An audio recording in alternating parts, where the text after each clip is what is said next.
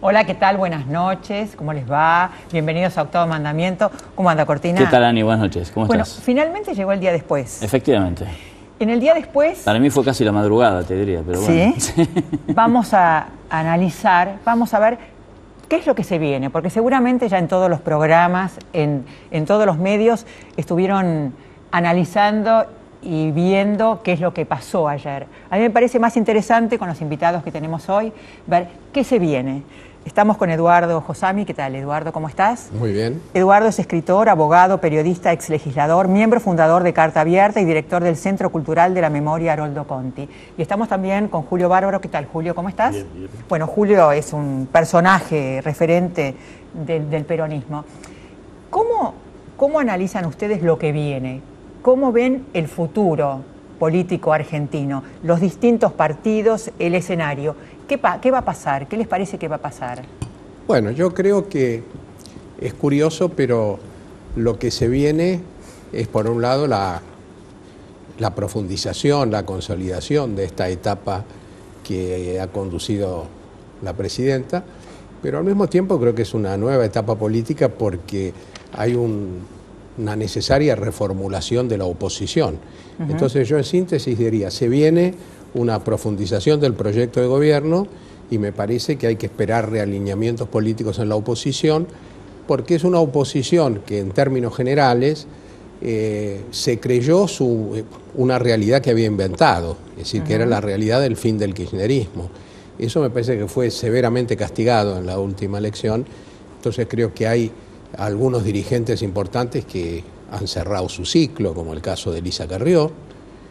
Tal vez la política ha sido muy generosa en ese sentido con ella, porque creo que este ciclo podía razonablemente haber terminado unos años antes. Me parece que también el dualdismo y Dualde sale muy castigado de esta historia. Y creo que hay un posicionamiento de Wiener que me cuesta decir que es el líder de la oposición, salvo que por la oposición entendamos una cosa mucho más civilizada y dialoguista de lo que hemos tenido hasta ahora. Es decir, es un sector político que ha tenido coincidencias importantísimas con la gestión de gobierno de Cristina Kirchner, al punto que ha votado las leyes más importantes y más conflictivas en el último periodo. Julio, Eduardo hablaba de la oposición, inevitablemente también pensamos en alguna oposición dentro del mismo peronismo. ¿Esta elección marca un poco el principio de una nueva etapa donde el peronismo ya no será lo que era, digamos? Me parece que en un sentido es la última etapa del personalismo, porque Cristina tiene una personalidad que no hay heredero para esa fuerza individual. Por otro lado, como dice Josami, la oposición se disuelve, queda un poquito bien, el resto, si no se retiraron ayer es porque le faltó estatura para decir perdimos y nos vamos.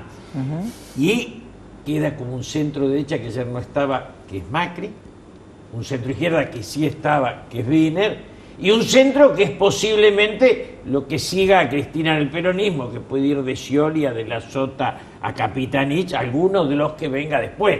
Pero es como que se inicia una etapa donde la relación gobierno-oposición es de diálogo y no de confrontación absoluta. A mí, de todos los discursos que se dijeron ayer, me llamó la atención el de Mariotto, donde hizo un paralelismo entre Perón y lo que fue los derechos de la ancianidad y la jubilación de la gestión Kirchner, donde hizo una comparación de varias cosas que tienen que ver con los niños y la asignación universal por hijo, y dijo que lo marcó como equivalente. ¿Ustedes creen que hay ese peronismo que remite a Perón o ya Perón está olvidado? Bueno, es una respuesta complicada porque yo creo que lo que dijo Mariotto remite a un proceso de transformación social muy profundo y entonces en ese sentido el peronismo es la referencia obligada, necesaria. Esto no quiere decir que ese peronismo no haya sufrido transformaciones. Entonces también creo que se puede ver la etapa iniciada por Néstor Kirchner y mucho más este proceso que se viene ahora como una reformulación del peronismo. Me parece que no hay que discutir si es peronismo o no es peronismo, porque la mayoría de sus protagonistas son peronistas, vienen del peronismo, pero al mismo tiempo no perder la originalidad que el kirchnerismo tiene en esta nueva etapa política. Pero no hay mucho de distribucionismo también en estas medidas, por cierto, estructurales que pero ha tomado... el peronismo fue más que el distribucionismo. Digo, me parece que... ¿El peronismo sí, Cristina también? Cristina también, pero creo que lo que no hay es una alternativa superadora de lo que fue el kirchnerismo. Yo no soy oficialista, pero ninguno de los opositores tomaba esto y decía, le agrego algo. Todos quedaban 3 pasos atrás. Y hay un liberalismo económico que acá tanto vuelve, anoche en algunos analistas volvía, retornaba, ¿no? Yo siempre digo que cuando gobernaron los militares perdimos la guerra y cuando gobernaron los economistas dimos en quiebra. Pero es cierto. Es cierto. Entonces, es decir, la economía no puede explicar a la política. Claro. Entonces, es un poco eso. Y el post-kirchnerismo no está instalado.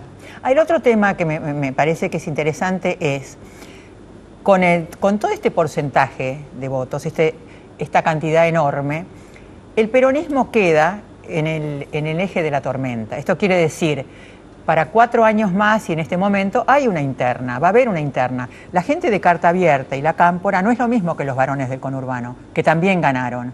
Y no es lo mismo muchos gobernadores que son como feudos que Carta Abierta, la Cámpora y con los sectores más modernos. Digo, ¿cómo van a compaginar esto? Porque van a pesar para los próximos 4 años. Sí, seguramente. El peronismo siempre ha sido heterogéneo, el kirchnerismo también lo es.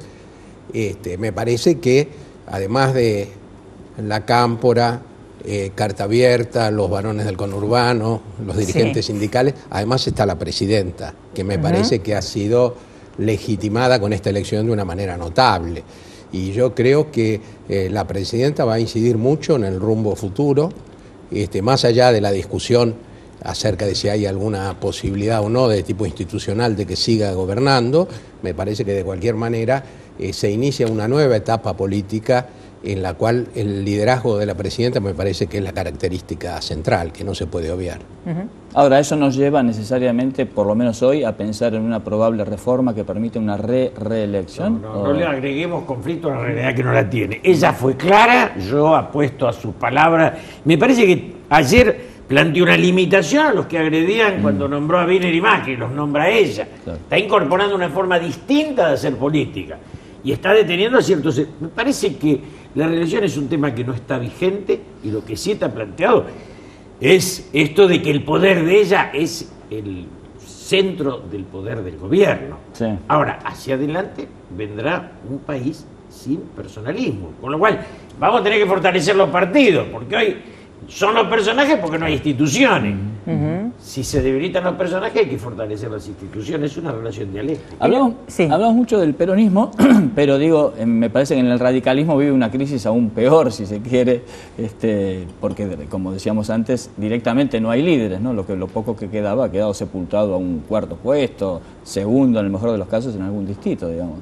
Sí, yo creo que lo del radicalismo es más grave que una derrota electoral. Sí. Eso no sería nuevo y a cualquiera puede ocurrir. Claro.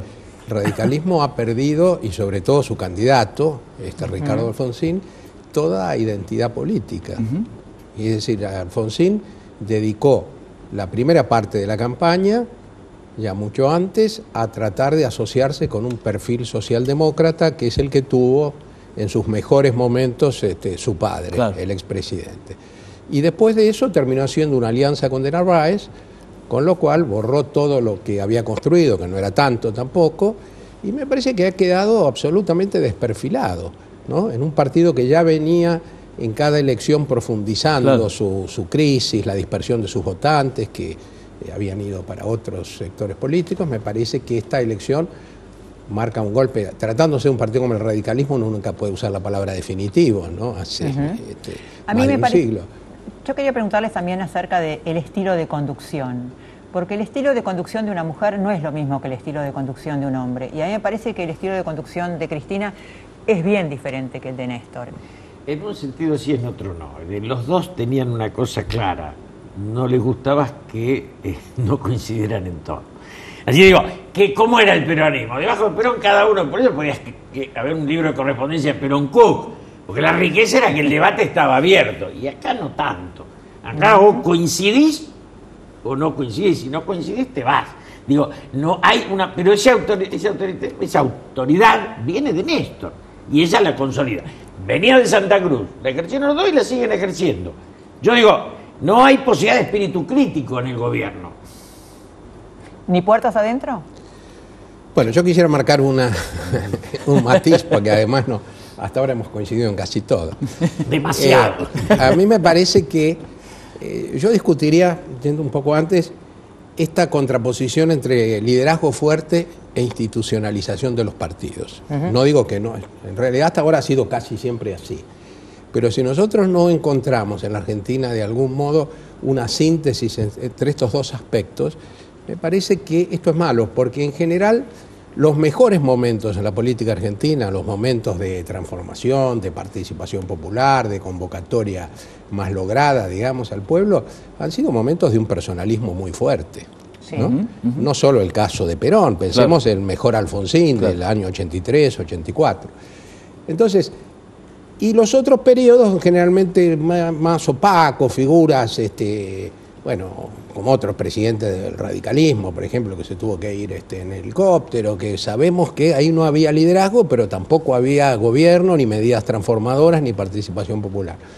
Yo creo que el desafío que tiene hoy el kirchnerismo es no reemplazar el liderazgo de Cristina por una institucionalización más fuerte de la fuerza política, sino hacer coexistir las dos cosas. A mí no me cabe ninguna duda que Cristina es la líder de cualquier fuerza política que exprese al kirchnerismo, y al mismo tiempo creo que es cierto que la etapa que se abre exige avanzar en la institucionalización de esa fuerza.